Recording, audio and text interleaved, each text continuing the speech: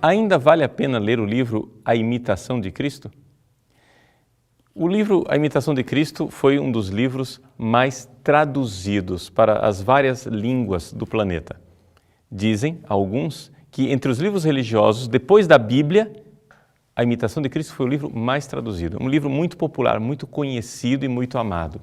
No entanto, surgem vozes cada vez mais constantes que dizem é um livro ultrapassado. Trata-se de uma espiritualidade que não serve mais para os tempos modernos. Bom, vamos então tentar responder isso, mas antes de responder, precisamos apresentar o livro. O livro A Imitação de Cristo é um livro muitíssimo popular. Para você ter ideia, antes da invenção da imprensa, ele já tinha milhares de cópias circulando nas várias bibliotecas da Europa. Ou seja, que milhares de pessoas tenham se dado o trabalho de copiar este livro, já significa que certamente ali existe algum tesouro precioso. No entanto, este livro, tão popular, tão conhecido, circulava sem que se soubesse quem é o autor.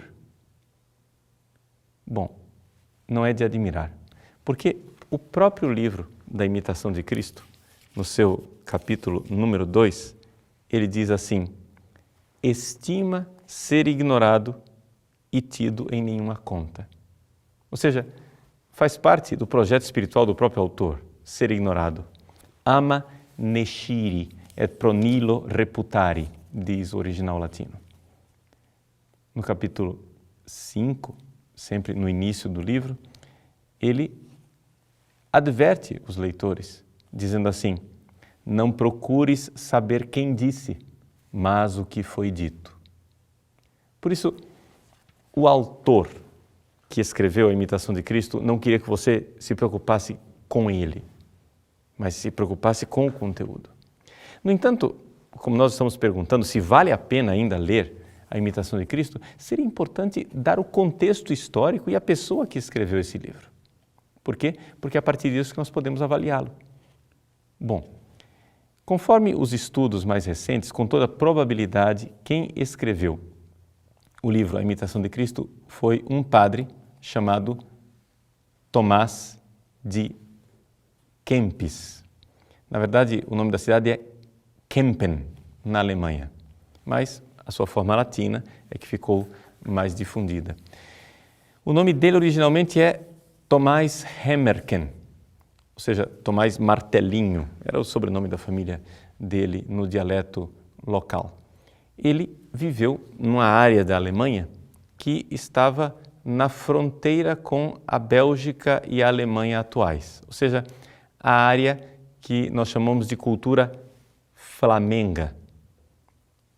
A cultura flamenga é a cultura holandesa, para simplificar e você entender. Bom, naquela área surgiu um movimento religioso chamado Devócio Moderna. A Devócio Moderna era um movimento concentrado na conversão das pessoas através da figura de Cristo. Era um movimento que reagia contra uma chamada Devócio Antiqua. O que era essa devoção antiquada? Bom, a devoção antiquada, ela tinha, digamos assim, 3 ramos diferentes. Primeiro, a vida monástica e clerical que estava em decadência. Ou seja, nós estamos aqui no século XV, antes da Revolução Protestante, portanto, um século em que já se notava que o clero estava em decadência. Pois bem, essa devoção antiga do clero e dos monges decadentes que faziam suas liturgias, mas não faziam com o coração. A devoção moderna, ela quer que você empenhe o seu coração no culto a Deus. Uma segunda realidade contra a qual reage a devoção moderna é a realidade de uma mística intelectualizada demais. Havia em toda a área do Reno, na Alemanha, o que se chamou depois de mística renana, ou mística alemã, ou mística dominicana, toda uma tendência naquela área de se intelectualizar demais a vida mística. Ou seja, especulações, pensamentos sobre a criação do mundo, sobre a Santíssima Trindade. Para você se localizar no tempo, talvez o representante mais importante desta mística tenha sido um dominicano chamado Mestre Eckhart, que depois foi acusado como herege e várias proposições de sua teologia foram condenadas. Bom, a devoção moderna olha para toda essa especulação e diz, não vamos ficar em grandes teologias, nós precisamos de uma coisa mais popular que realmente ajude a igreja a sair do lamaçal. Vamos ficar na figura de Cristo. Por isso o livro chama-se Imitação de Cristo. Então, coração, centralidade de Cristo e depois uma coisa mais prática do dia a dia.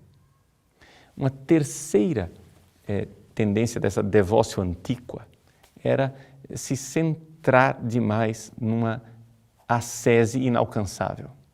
Ou seja, pessoas que procuravam um heroísmo ascético, penitências impossíveis, que desanimavam as pessoas e fazia com que a igreja, na verdade, ficasse longe da vida da penitência, porque eram penitências tão terríveis que, evidente, ninguém mais queria fazê-las. Ou seja, uma coisa mais fácil de pôr em prática. Assim surgiu esse movimento da devoção moderna que se popularizou bastante a partir desse grupo de padres e de diretores espirituais flamengos, ou seja, norte da Bélgica e a Holanda. Bom, ali foi que o nosso amigo Thomas de Kempen começou a escrever o seu livrinho. Um livrinho bastante prático, que na verdade, mais do que um livro, poderíamos dizer que ele é uma espécie de capítulos ou fichas ordenadas de uma forma mais ou menos lógica, porém fichas independentes. É interessante a respeito da imitação de Cristo, essa prática que as pessoas têm, por exemplo, de abrir a esmo e ler um capítulo. Porque a imitação de Cristo, de fato, tem essa capacidade de que cada capítulo, ele tem a sua mensagem. Tem início, meio e fim. A imitação de Cristo, então, é este livro voltado para a pessoa de Cristo, que quer colocar você num processo de conversão. Mas esse processo de conversão, ele exige uma ruptura com o mundo. E é aqui que a imitação de Cristo é criticada. Por quê? Porque exatamente por pedir que a pessoa se recolha e rompa com o mundo, ela é acusada de ser uma espiritualidade individualista e desencarnada, ou seja, fora do mundo real. No entanto, nós, se levarmos em conta aquilo que o livro pretendia, não é? Podemos certamente ler esse livro e trabalhar contra os efeitos colaterais. Todo remédio, embora seja bom, pode ter efeitos colaterais. Então, compreender, claro, a imitação de Cristo foi escrita para monges, para pessoas que estão reclusas, longe do mundo. Se nós queremos ler a imitação de Cristo com fruto espiritual, devemos adaptar um pouco à nossa vida do dia a dia. No entanto, não deixa de ser um livro de extraordinária importância, porque num tempo, principalmente o nosso, em que a igreja, né, anda abraçando a mentalidade mundana, a imitação de Cristo nos coloca de volta no centro.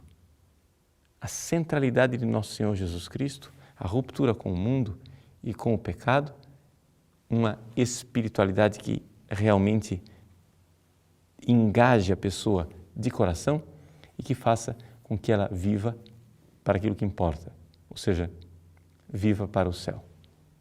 Se você pretende ler a Imitação de Cristo, existem várias edições disponíveis da Imitação de Cristo, inclusive na internet. No entanto, vamos dar uma olhada básica no mercado brasileiro sobre que textos da Imitação de Cristo que nós temos, principalmente olhando as principais editoras. Bom, a editora Paulus tem uma tradução da Imitação de Cristo bastante bonita, com um português bastante refinado e requintado, feita pelo padre Cabral. E depois de cada capítulo, um padre francês chamado Roquette escreveu algumas reflexões para ajudar você a refletir.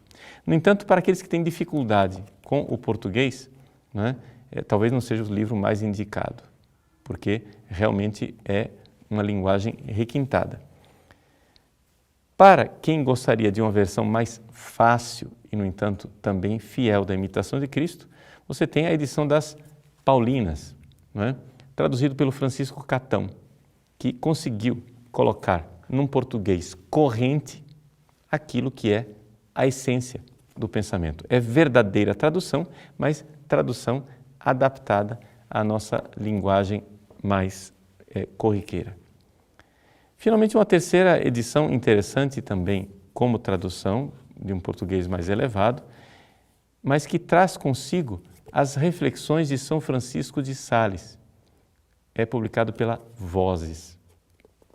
É interessante esta edição da Vozes, porque ela coloca em língua portuguesa um trabalho que foi feito, né, há muitos anos atrás por um padre francês, em 1899, que leu as obras de São Francisco de Sales, pegou os temas que a Imitação de Cristo tratava e foi ali criando uma espécie de comentário de São Francisco de Sales.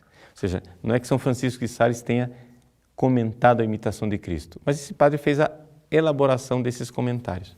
Então ali você tem duas edições com reflexões, uma do padre Roquette, outra de São Francisco de Sales e uma edição com português mais fácil. Existem outras edições, mas eu aconselharia sim, se você ainda não conhece a Imitação de Cristo, que você conheça e leia este livro com grande fruto espiritual. Ele, enquanto livro, está dividido em 4 seções. As 2 primeiras, né, são exortações para que a pessoa se introduza na vida espiritual.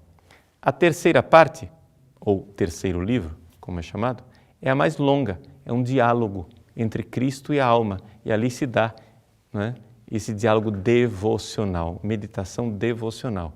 E a quarta parte é sobre a Eucaristia, como comungar bem, como adorar Nosso Senhor, como se aproximar da Eucaristia de forma adequada.